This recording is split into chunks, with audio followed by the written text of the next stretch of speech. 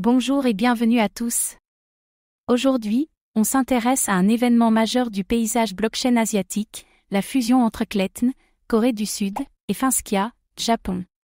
Cette union stratégique donne naissance à Kaya, une nouvelle blockchain qui ambitionne de dominer le Web3 en Asie. Mais est-ce un simple rapprochement marketing? Ou les synergies entre ces deux écosystèmes peuvent-elles vraiment faire émerger un géant régional? Comme toujours, faites vos propres recherches avant d'investir. Les fusions blockchain sont complexes et comportent de nombreuses incertitudes. Dans cette vidéo, nous allons voir l'historique de Qletn et Finskia, les objectifs stratégiques derrière la fusion, le fonctionnement technique de Kaya, les forces, les défis et les perspectives, et enfin, Kaya peut-elle vraiment s'imposer comme leader du Web3 asiatique? Qletn, la blockchain coréenne orientée entreprise, développée par Kakao, géant de la tech sud-coréenne, Qletn visait dès le départ l'intégration Web3 dans les services grand public. Elle s'est positionnée sur les NFT, le gaming et la finance décentralisée. Une blockchain soutenue par un écosystème solide en Corée. Finskia, l'héritière de Line Blockchain, Finskia est le projet blockchain de Line, l'application de messagerie leader au Japon et à Taïwan. Elle repose sur Cosmos SDK et vise une compatibilité interchaîne. Un projet avec une vraie base utilisateur et une logique de messagerie Web3. Une fusion stratégique et ambitieuse, l'annonce a été faite début 2024, avec l'objectif de combiner les forces de deux grandes plateformes asiatiques.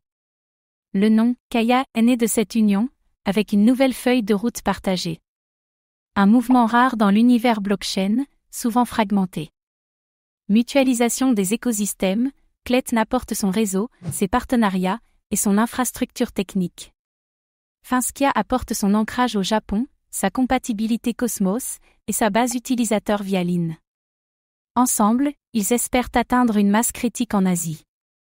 Objectif, interopérabilité et adoption grand public, Kaya ambitionne de devenir la plateforme Web3 la plus utilisée en Asie, avec des intégrations dans les apps de messagerie, les wallets, les jeux et la défi.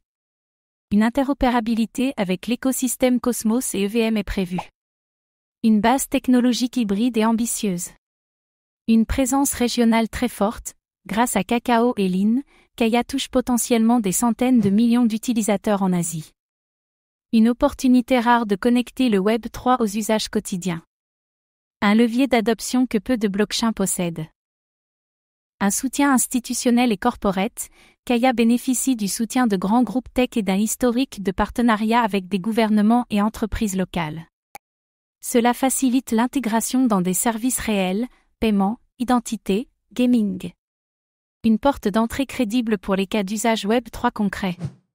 Gouvernance, intégration et risque de transition, la fusion de deux chaînes soulève des questions sur la gouvernance, la compatibilité des tokens et les migrations techniques.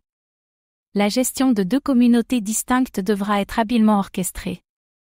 Un défi d'unification aussi bien technique qu'humain. Une compétition mondiale très agressive, même avec une forte base en Asie, Kaya devra affronter des acteurs comme Ethereum, Solana ou Apto pour attirer les développeurs. La guerre des écosystèmes ne laisse aucune place à l'erreur. L'innovation constante sera clé pour survivre. Un positionnement, grand public, risqué mais différenciant, misé sur les apps mobiles, les services du quotidien et l'intégration dans des apps existantes est ambitieux.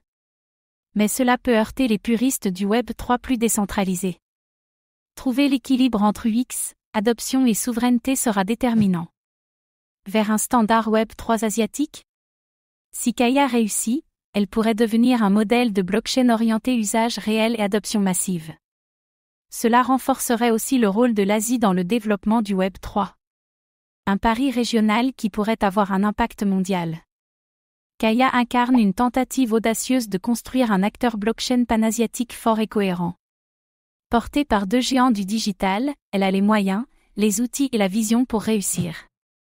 Mais la complexité technique, les attentes du marché et la concurrence internationale rendent le défi immense. Si elle réussit, Kaya pourrait devenir la première blockchain Web3 réellement grand public en Asie. Et vous, pensez-vous que la fusion Qletn plus Finskia peut faire émerger un géant? Ou est-ce un projet trop ambitieux pour être aligné? Dites-le nous en commentaire. Merci d'avoir regardé cette vidéo. Abonnez-vous et activez la cloche pour suivre l'actualité crypto.